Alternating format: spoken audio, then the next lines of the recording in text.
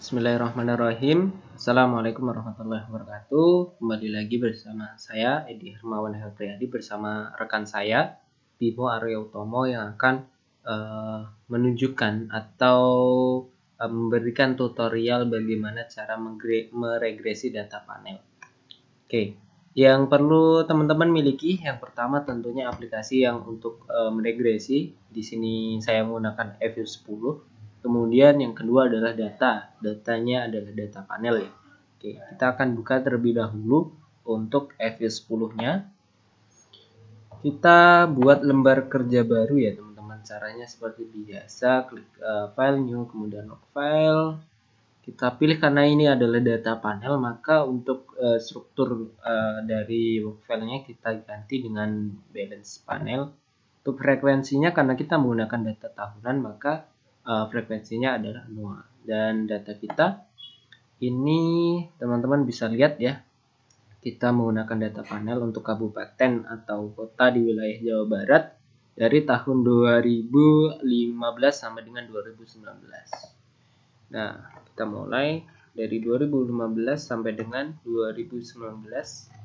Kemudian untuk jumlah kabupaten atau kota sendiri di Jawa Barat itu ada 27 kota dan kabupaten. Oke, kita klik OK di sini. Nah, ini sudah muncul lembar workfile-nya ya.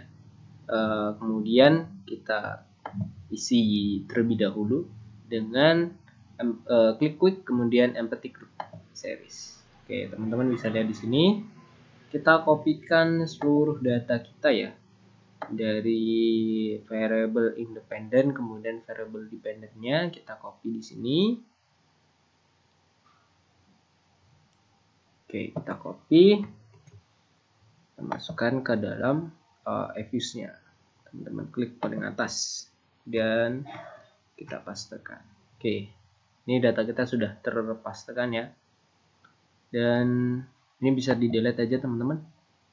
Nah, ini sudah muncul ya, dimana Y1 ini adalah PDRB, X1 ini adalah PAD, dan kemudian X2 ini adalah IPM atau Indeks Pembangunan Manusia.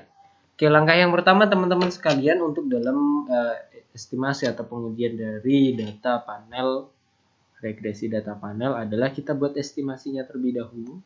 Yang pertama kita buat estimasi dengan klik quick ya, kita buat estimate equation. Oke, untuk langkah yang awal kita akan memilih common effect terlebih dahulu. Nah, dari pengujian data panel sendiri itu ada beberapa model yang bisa kita gunakan. Pertama ada metode PLS atau common effect, kemudian ada metode fixed effect, kemudian juga ada metode random effect. Nah, kita akan melakukan langkah-langkah untuk menentukan model mana yang terbaik. Nah, yang pertama kita akan common effect terlebih dahulu ya, di mana Y1 di sini, kemudian kita masukkan aja teman-teman semua ya, variable independent kemudian variable dependentnya. Kemudian panel optionnya kita tidak usah ubah karena kita langkah yang pertama kita akan menggunakan metode common effect terlebih dahulu atau PLS ya. Klik OK teman-teman. Nah, ini sudah muncul hasil estimasi dari metode PLS atau common effect. Nah, ini interpretasinya nanti keseluruhan akan dijelaskan oleh rekan saya Bimo Aryo di akhir video. Kita beri nama terlebih dahulu teman-teman di sini dengan equation dari PLS ya, atau common effect PLS. Kita klik OK di sini. Oke, untuk mempermudah lagi kita gunakan untuk yang fixed effect ya. Kita fixed effect, teman-teman bisa objek di sini, kemudian copy object. Kemudian di sini teman-teman bisa ganti ya untuk estimate di sini, karena kita akan menggunakan yang kedua ini adalah fixed effect. Kita ganti untuk cross sectionnya ini teman-teman dengan fixed. Oke, silahkan diklik OK lagi. Nah, ini untuk model ataupun equation dari fixed effect. Nah, kita ganti teman-teman namanya biar mempermudah kita. Oke. Fem ya. Dan yang selanjutnya itu ada dengan random effect ya teman-teman, bisa di copy objeknya lagi, kemudian kita estimate lagi untuk panel option ya, karena ini yang terakhir adalah random effect, maka cross sectionnya kita pilih yang random. Teman-teman bisa klik OK lagi, kemudian diganti namanya ya, supaya kita bisa membedakan dan mempermudah gitu, mana yang PM, mana yang PLS, dan juga mana yang RM.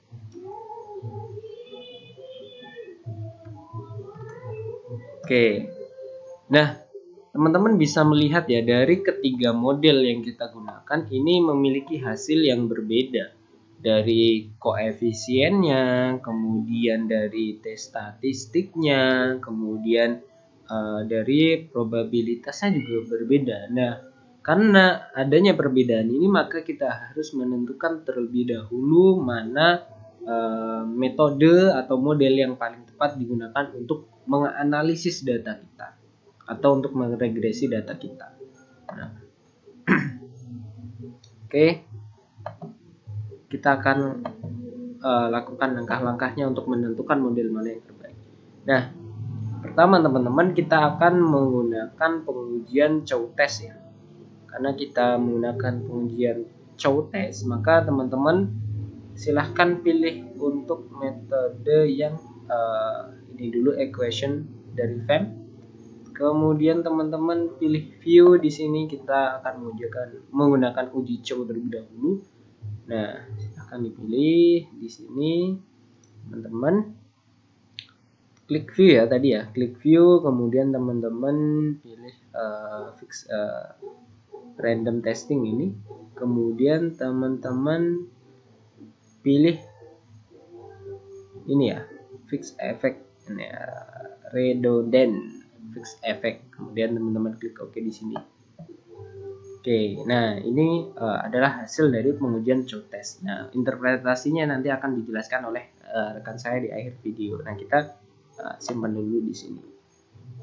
Di sini kita kasih nama Chow test, karena nanti akan diinterpretasikan oleh rekan saya.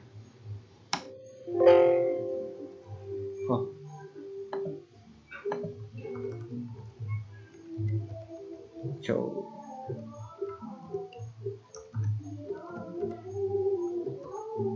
Oke. Kemudian langkah yang selanjutnya kita akan melakukan uji Houseman ya teman-teman. Kita akan melakukan uji Houseman, maka pilih yang rem ini teman-teman. Oke, ini yang rem. Nah teman-teman, setelah itu pilih yang view ya, klik lagi view, kemudian langkahnya juga sama seperti tadi, dimana teman-teman pilih fix random, kemudian ini Houseman ya.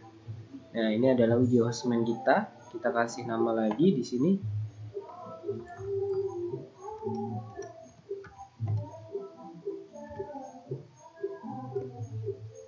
Oke, ini uji Houseman ya. Kita simpan lagi karena semuanya nanti akan dijelaskan oleh rekan saya di akhir video. Kemudian yang terakhir kita akan menggunakan uji length multiplier ya. Nah, ini pilih yang untuk yang PLS ini teman-teman. Kita klik view, kemudian teman-teman pilih ini fix ini ya. Kemudian teman-teman pilih random multiplier. Nah, ini adalah hasilnya. Oke, ini teman-teman ganti.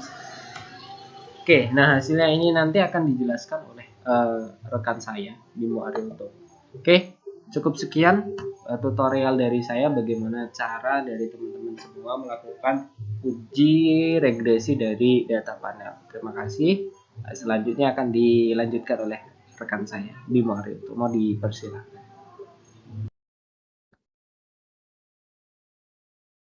Baik, untuk selanjutnya kita lanjutkan ke bagian interpretasi. Jika pada sebelumnya teman saya sudah melakukan estimasi terlebih dahulu pada data-data tersebut, pada kali ini saya akan menyampaikan sedikit banyak interpretasi mengenai dari data tersebut. Untuk yang pertama, ini adalah data FEM atau Fixed Effect Model, yang dimana ini bisa kita lihat dari data FEM ini bisa kita lihat di variabel konstanta, ini variabelnya sebesar 0,002.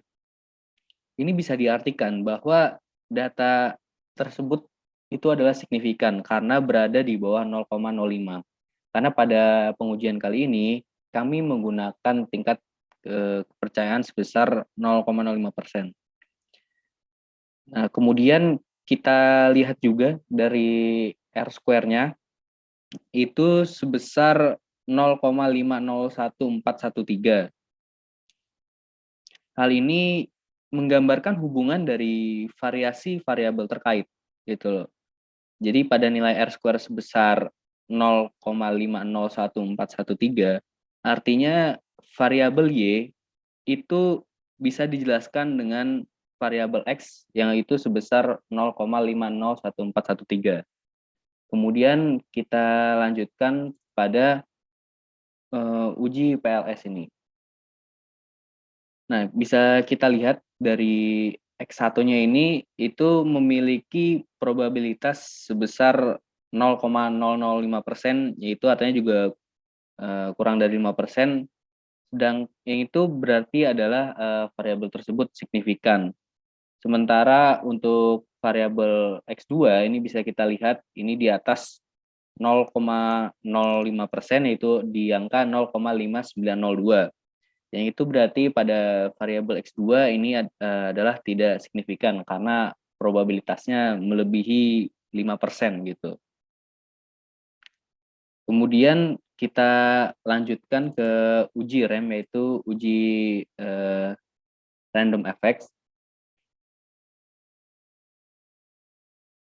Ini kita bisa lihat dari probabilitas dari X1-nya ini adalah di bawah 0,5%. Nah, ini berarti adalah X1-nya ini merupakan probabilitasnya signifikan.